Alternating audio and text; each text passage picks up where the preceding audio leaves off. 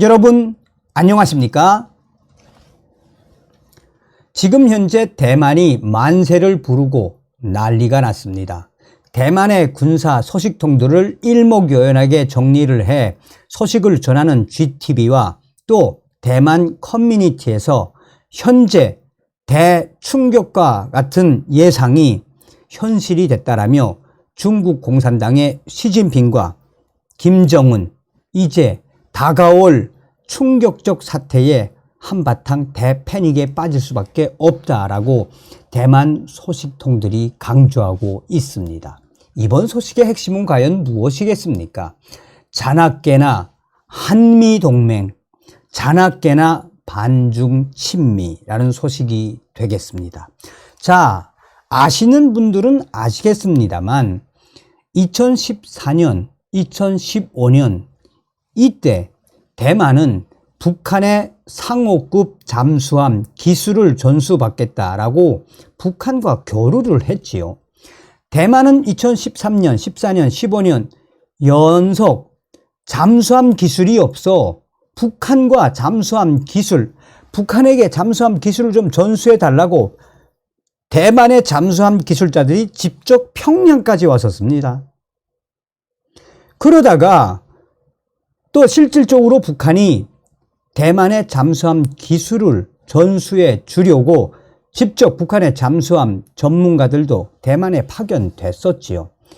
그 이후에 전황을 확 뒤집은 사람이 있다면 누굽니까? 바로 트럼프 대통령이죠. 트럼프 대통령이 들어선 이후에 대만을 어떻게 키워놨습니까?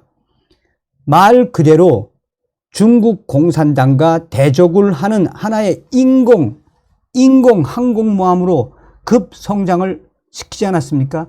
트럼프 대통령 시절에 인도 태평양 전략에 근거해 대만 차이잉원 총통이 요청을 한 미군 무기를 당시에 이 트럼프 대통령이 무려 30억 원 이상 승인을 해줬죠.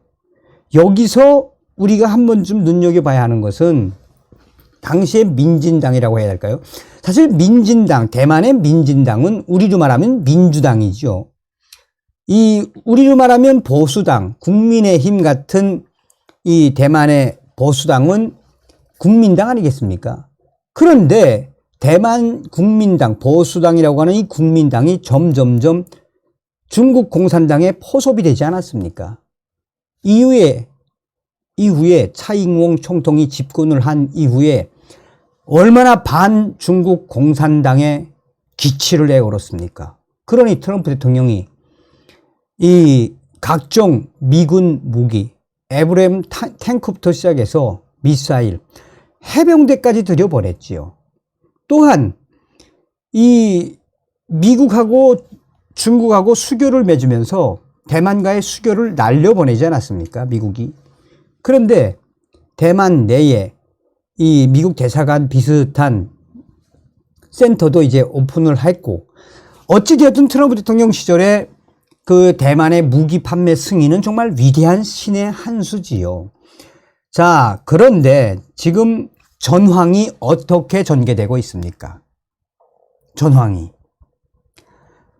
조 바이든 대통령 시절에 지금 중국 공산당은 연일 대만을 압박하며 군사적 수위를 올리고 있지요.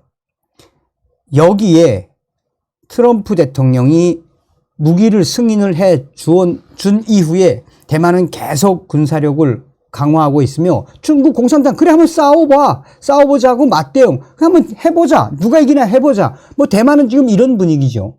그리고 대만은 지금 여성들도 군사훈련을 받아야 된다, 이제 이런 분위기 확산되고 있지 않습니까? 한번 해보자 이거지. 그런데 얼마 전에 이 북한의 김정은이가 무엇을 발표했습니까? 3월 28일 날 참 김정은이도 머리 이제 한계야, 한계. 김정은이가 발표한 게 바로 한미 연합훈련이 최고조로 닿고 있을 때 김정은이가 자기네가 전술 핵탄을 개발했다라고 화산 31 발표를 했죠. 그러면서 화산 30일 전술핵, 초대형 방사포에도 부착할 수 있고 또 무인 핵 공격종에도 부착할 수 있고 나아가 순항 미사일에도 부착할 수 있고 ICBM에도 부착할 수 있고 뭐 8개 종 이상을 부착을 해 탄두를 장착을 해 날려보낼 수 있다고 발표하지 않았습니까? 이때 신의 한 수를 둔 게 바로 윤석열 대통령이죠. 18일 로이터 통신에서 대만 문제와 북한 문제, 중국을 그냥 박살내버리지 않았습니까? 북한이 핵 공격을 하면 한반도는 물론 동북아 전체가 쑥대밭. 고로 대만 문제와 북한 문제는 같은 전 세계적인 문제로 봐야 한다. 힘의 균형을 인정하지 못한다. 윤석열 대통령 발언이 있고 나서 대만도 이때 얼마나 극찬의 극찬 기사들을 쏟아냈습니까? 중국은 그때부터 연일 한국 윤석열 대통령을 겨냥해 불형지회, 뭐 불에 타 죽는다, 뭐 대만 문제는 우리 문제, 뭐 별아별 생쇼, 막말에 가까운 말폭탄을 쏟아내지 않았습니까? 이번에 윤석열 대통령 이 미국에 국빈 방문하는 이 와중에 워싱턴 선언을 딱 했죠. 한미 핵협의 그룹, 이 NCG. 자, 그 다음에 미국이 발표한 게 뭡니까? 전략 자산을 한국에 파견하겠다라는 거 아니겠습니까? 이게 가장 중요한 것이죠. 이 1980년대 이후로는 한국에 들어와 본 적이 없는 오하이오급 전략 핵 추진 잠수함. 지금 이것 때문에 대만 GTV부터 시작을 해서 대만의 커뮤니티가 지금 대만인들이 왜 만세를 부르냐. 언제 들어올지는 아직 모르겠지만 이번에 한미 정상회담에서 분명하게 빠른 시일이라고 오스틴 미 국방부 장관도 이야기를 했습니다. 미군의 최고의 전략 자산이며 유령, 그 누구도 격파할 수 없다라는 이 18,000톤급 이 오하이오급 전략 핵 잠수함, 24개의 SLBM 잠수함 탄도미사일을 장착하고 있으며 이 트라이 헌트2, 이 미사일 어떤 미사일입니까? 트라이 헌트2 미사일 한 기당 무려 475킬로톤의 폭발력을 가진 10핵탄두 무려 8발을 장착하고 있으며 여기서 중요한 건 ICBM 대륙간 탄도미사일도 있어서 12,000km, 13,000km 뭐 전 세계 다 커버를 할 수 있는 거죠. 뭐 거리는 조절할 수 있지만.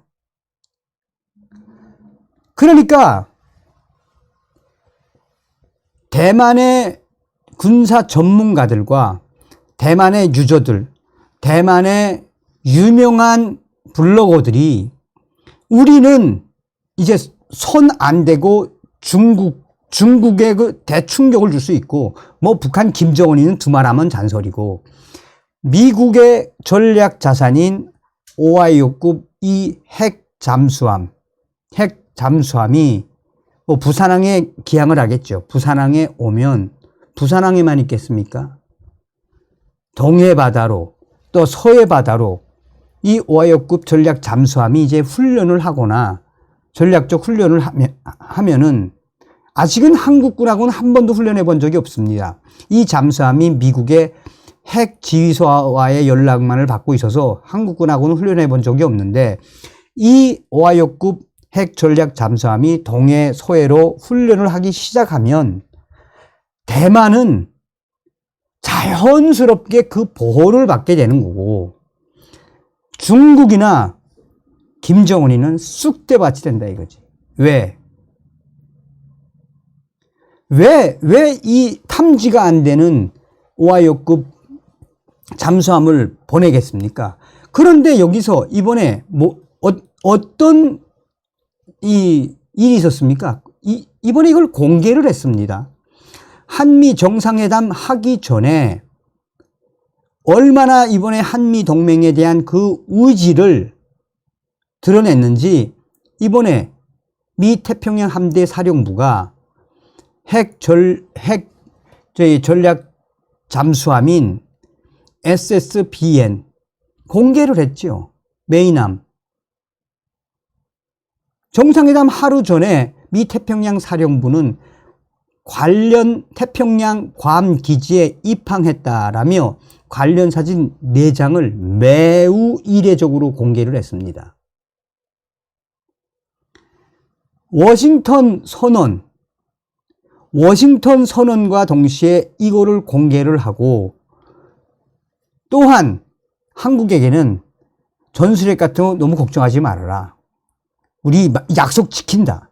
라는 그 의지를 조 바이든 미국 대통령 또 이번에 오스틴 미 국방부 장관이 미 국방부의 심장과도 같은 곳에 윤석열 대통령을 초대를 했지요.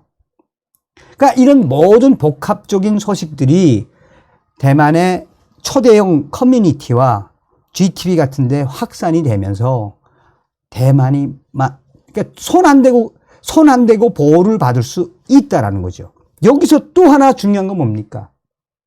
쿼드죠. 쿼드. 일본, 그 다음에 호주, 인도. 이제 여기에 한국도 지금 빨리 참여하라는 거 아니겠습니까? 그러면 어떤 전황이 됩니까?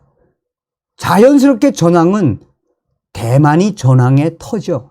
화약고죠. 대만과 북한은 전황의 화약고 아니겠습니까?